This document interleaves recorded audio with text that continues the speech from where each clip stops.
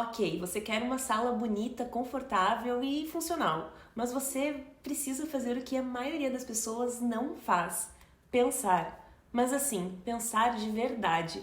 Não só em qual sofá é o mais bonito ou qual a cor que está na moda, mas pensar em como você vive, o que você precisa e o que você quer sentir quando entra nesse ambiente. Eu sei que isso parece simples, só que não é. E se o espaço em que você vive não representa quem você é, e se ele te sabota, te atrapalha ou te cansa, isso vai refletir na tua rotina, nas tuas emoções e até nos teus relacionamentos. Por isso, nesse vídeo, eu vou te mostrar os 10 principais erros do design de interiores de uma sala de estar, do mais leve até o mais grave. E mais do que apontar, eu vou te mostrar o porquê esses erros incomodam tanto e o que você pode fazer para mudar isso. Mas eu já te aviso, isso aqui não é para resolver tudo da noite para o dia. Criar uma casa com sentido é um processo. É uma construção tanto do espaço quanto de ti mesmo. E o mais importante não é só chegar no final, é aprender a curtir esse caminho dentro da sua própria casa. Falta de iluminação em camadas. Eu acho que não é novidade para ninguém quanto a luz pode mudar a atmosfera, a sensação de um ambiente. Eu tenho certeza que você já entrou em um restaurante onde a iluminação era indireta, com um abajur em cima das mesas ou arandelas na parede. O clima era de aconchego, de atenção aos detalhes. Era um clima favorável para conversas, para comida. Agora, você também já deve ter entrado em uma loja de departamentos ou um supermercado, onde a iluminação era direta, com pontos de luz dispostos somente no teto, com muitas lâmpadas iluminando o ambiente. Eu não estou falando de temperatura de cor por aqui. Eu já estou partindo da ideia que todos nós já concordamos que a luz amarela ilumina tanto quanto a branca, que deixa todos os ambientes mais aconchegantes. Se ainda ficou com alguma dúvida, depois assiste esse vídeo que eu tenho certeza que você vai ver a iluminação amarela com outros olhos. Mas voltando para os exemplos, a diferença entre uma iluminação de um restaurante acolhedor para um supermercado está bem clara. A diferença da intenção da iluminação. Um quer criar uma atmosfera, o outro só quer claridade. E se você clicou nesse vídeo, eu tenho certeza que você busca a primeira opção para sua sala. Você quer uma atmosfera acolhedora e a iluminação em camadas vai te ajudar. A maioria dos apartamentos e casas tem só uma iluminação central no teto. Mas isso é tipo comida sem tempero. Serve, mas não tem graça, parece que falta alguma coisa ali.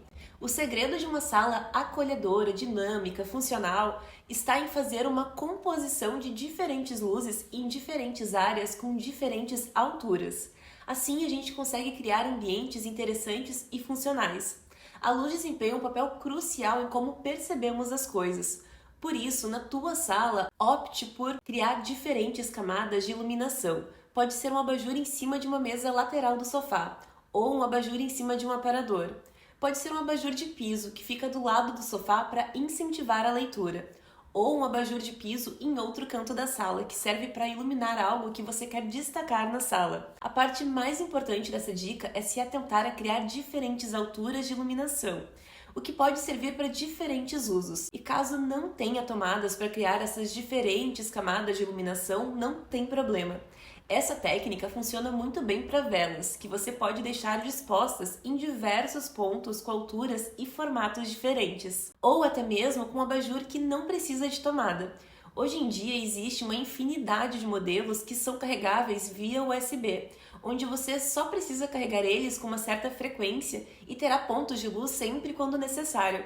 Mas só use eles em último caso, porque o abajur normal ou aquele de tomada sempre vai ser mais prático e funcional. Já deixa aqui nos comentários se você tem interesse que eu faça um vídeo sobre abajur.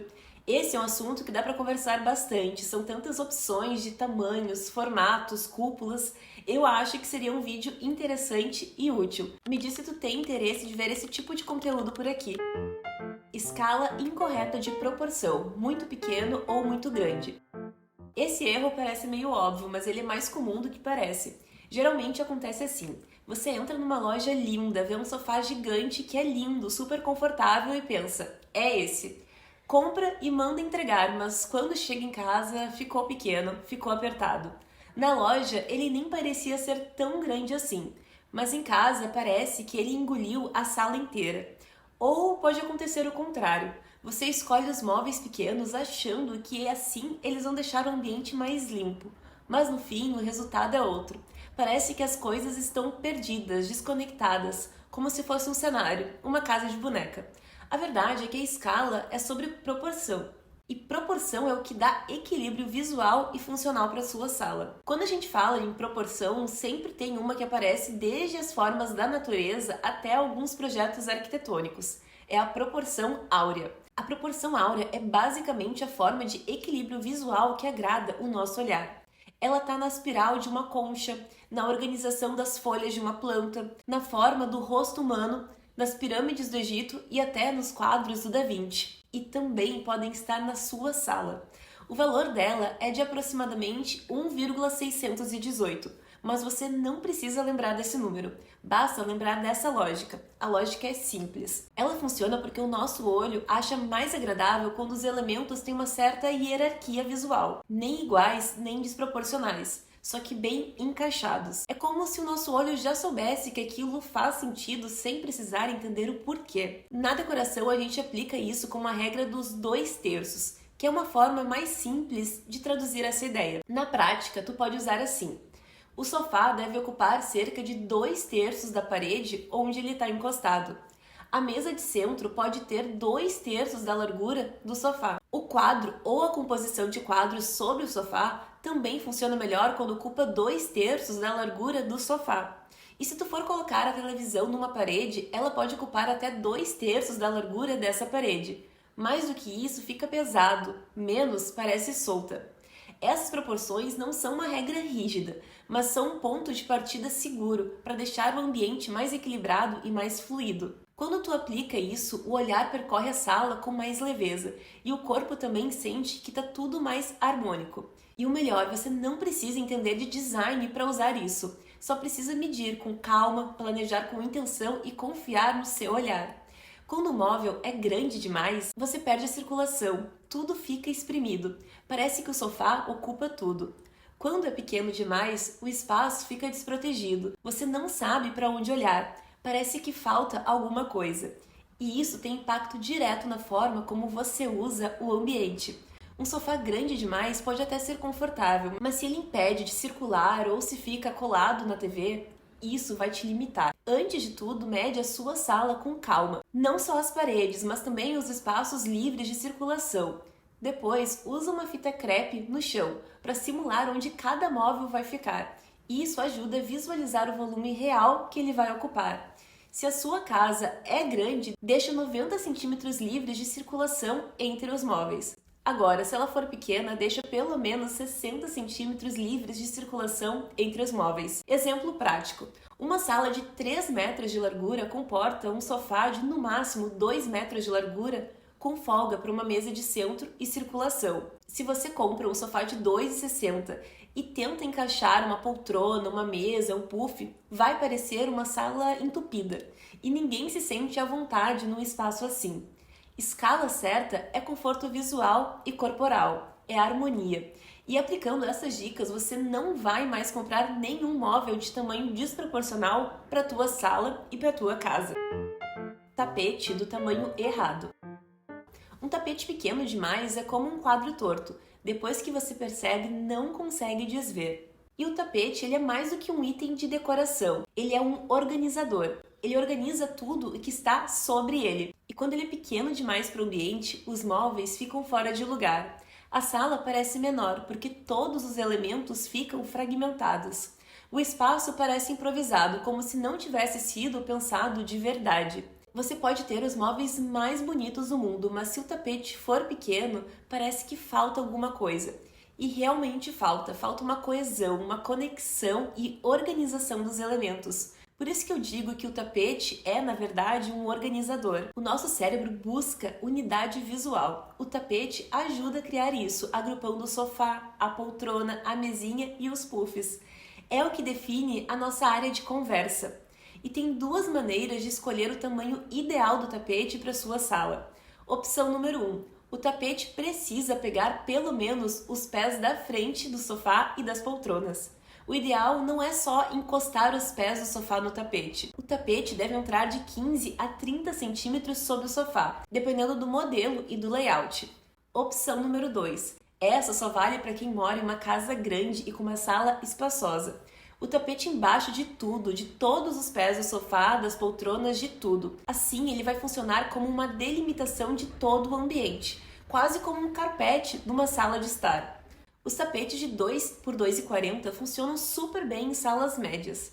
Se for menor que isso, verifica se ele ainda abraça visualmente os móveis. Exemplo prático. Se a tua sala tem um sofá de 2 metros de largura e tu usa um tapete de 1,20, ele vai sumir. Agora, se tu usa um tapete de 2 por 2,40, ele vai abraçar o sofá, a mesinha e talvez até a poltrona.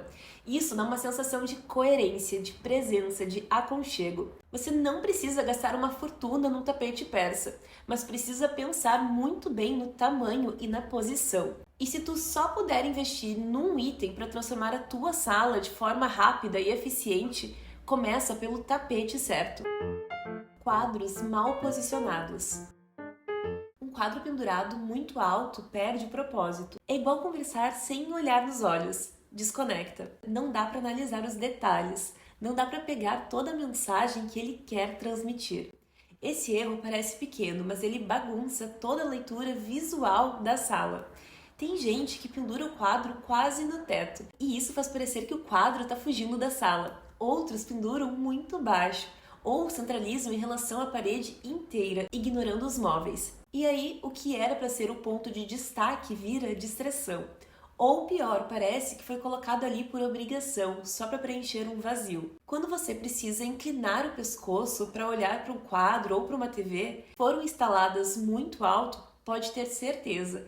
Além de dor na nuca, a imagem não vai ser tão agradável quanto ela seria se estivesse na altura ideal, a altura dos nossos olhos, do nosso campo de visão. Como resolver? Pensa assim, o quadro precisa estar integrado com o resto, não isolado. A altura ideal é que o quadro esteja posicionado no eixo dele até o chão de pelo menos 1,50 m. Se for em cima do sofá, deixa pelo menos uns 20, 30 centímetros acima do encosto, não mais que isso. Em composições com vários quadros, imagina uma linha central atravessando todos eles.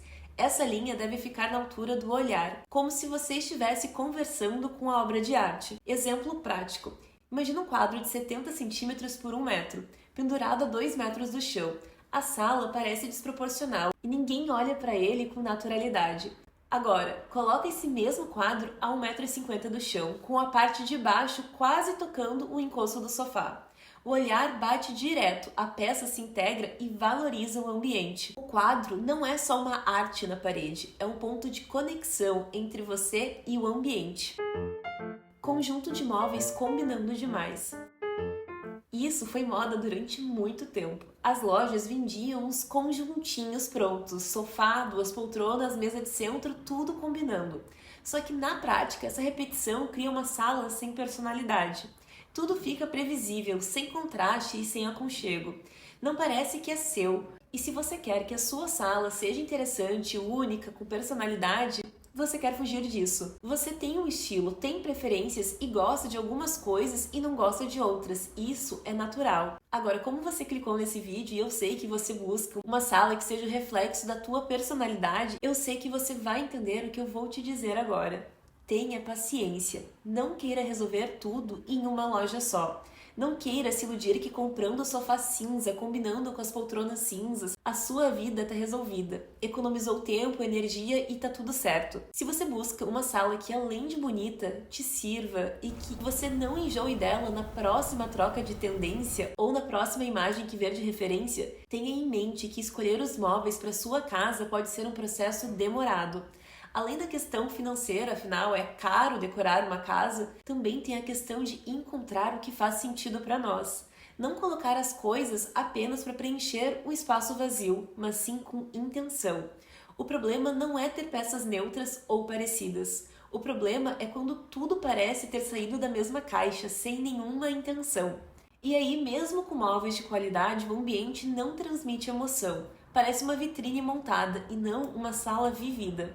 Como resolver? Troque a lógica de combinando tudo por fazer conversar. Um sofá neutro pode ser combinado com uma poltrona de tecido diferente. Se a sua estante for de MDF claro, coloque uma mesa lateral de madeira mais escura ou um metal envelhecido. Usa o contraste como uma ferramenta para criar identidade. Exemplo prático. Ao invés de comprar uma poltrona igual ao sofá, escolhe uma outra com outro tom. Ela pode ter, inclusive, outro tipo de pé. Esse pequeno contraste já traz uma sofisticação e evita que tudo fique plano. A casa não precisa ser uma vitrine, ela precisa ser tua. Falta de pontos de apoio e de armazenamento. Esse é um erro super comum em salas que são muito estéticas e que parecem prontas só para foto. A pessoa coloca o sofá, o tapete, um vasinho bonito, mas esquece do uso real. Onde tu vai apoiar o livro ou o celular? Ou onde vai apoiar o copo? Onde vai guardar o carregador, o controle da TV, uma manta?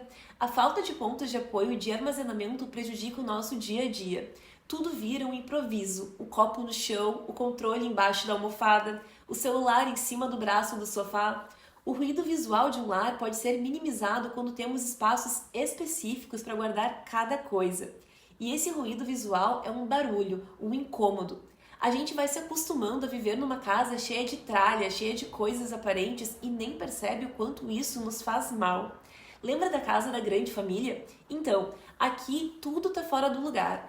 Tudo fica mais difícil de encontrar, até de pensar. Uma casa organizada nos ajuda a manter a nossa mente mais limpa, mais fácil de tomar decisões. E eu não estou falando para fazermos uma casa minimalista. É sobre nos preocuparmos como organizar e esconder parte do que temos, em armários ou locais específicos para isso. Como resolver? Coloque uma mesinha lateral do lado do sofá.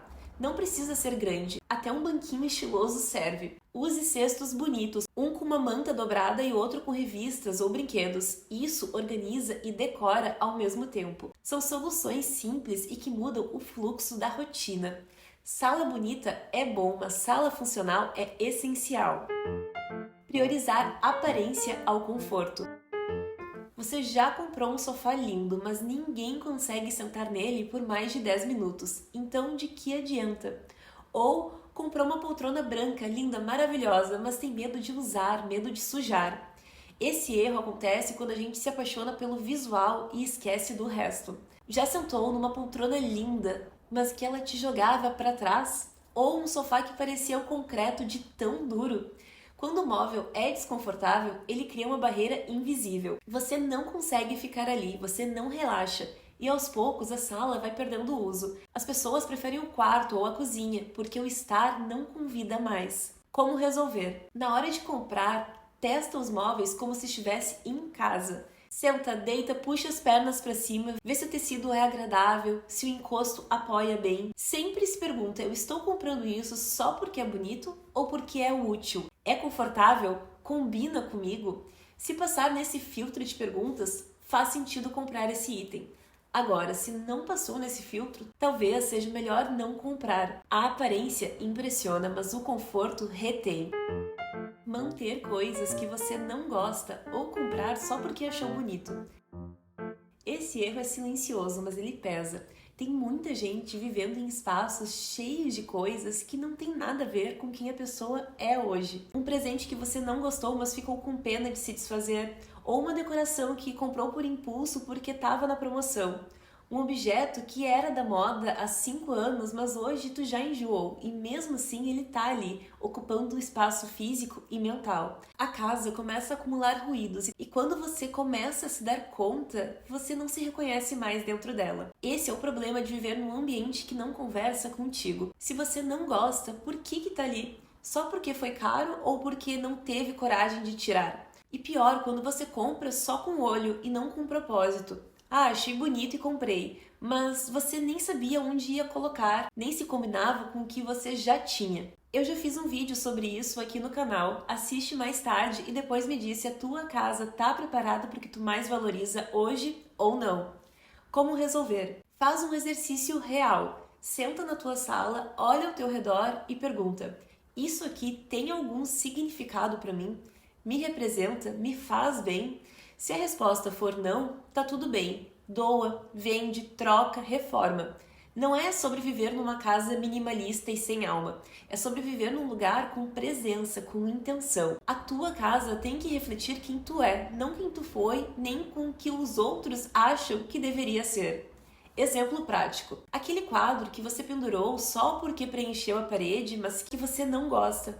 Aquela almofada super estampada que você comprou numa empolgação e não combinou com nada. Essas são pequenas coisas que tiram a harmonia do ambiente e da tua mente também. Quando você tira o que não te faz bem, você abre espaço para o que realmente tem a ver contigo.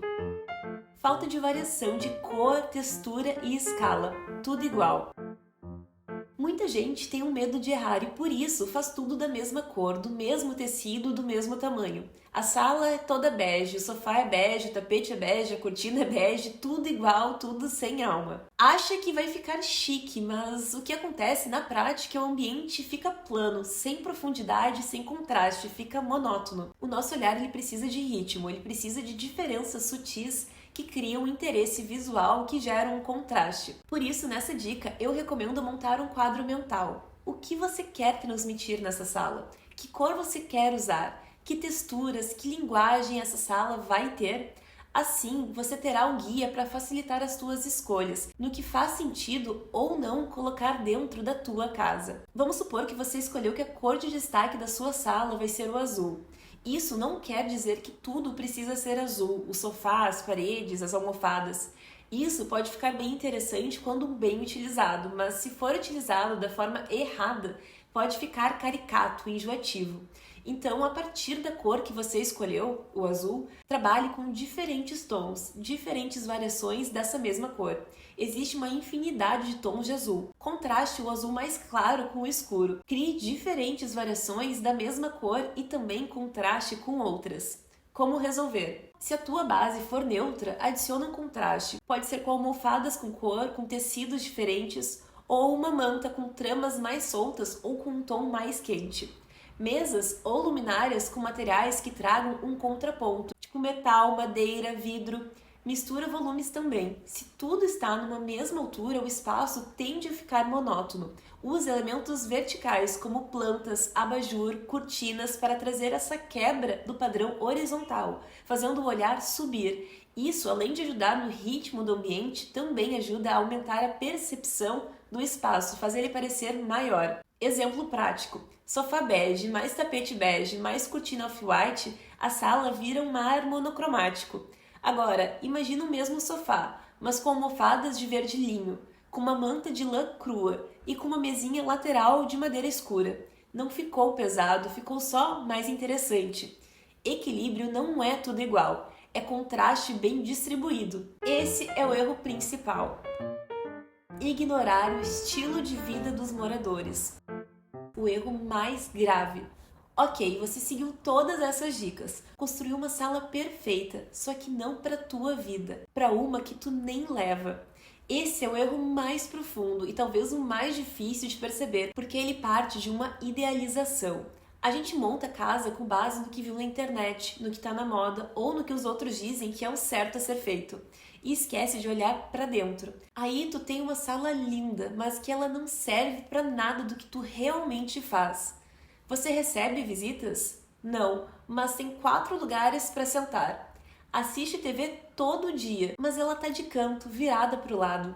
Gosta de ler, mas não tem uma luz direcionada nem um apoio para o teu livro. Como resolver? Faz um mapeamento simples. O que você faz na sua sala? O que é indispensável? A resposta para essas perguntas vai guiar todas as tuas decisões. Exemplo prático.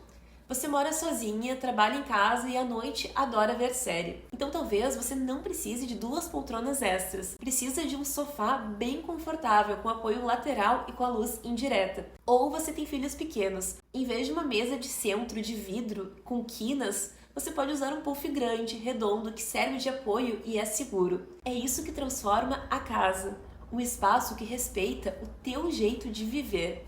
Estética é o ponto de partida, mas funcionalidade é o que sustenta a beleza com sentido. Se você quer uma sala bonita, confortável e funcional, vai precisar fazer o que muita gente não faz. Pensar com calma, com intenção. Pensar em como você vive, o que quer sentir e o que faz sentido. Esses 10 erros são comuns, todo mundo já cometeu algum deles. Mas agora que você sabe deles, pode escolher diferente. Não precisa mudar tudo de uma vez. Começa por um ponto e a tua sala vai começar a te devolver algo que nenhuma tendência entrega. A sensação de estar num lugar que é só teu. O teu lar, ele não precisa estar pronto, ele precisa ter sentido. E esse sentido se constrói com o tempo, com intenção e com presença. E te inscreve no canal se esse conteúdo foi útil para ti. E deixa um joinha para eu saber que tu quer ver mais conteúdos assim por aqui. Te vejo no próximo vídeo. Até lá!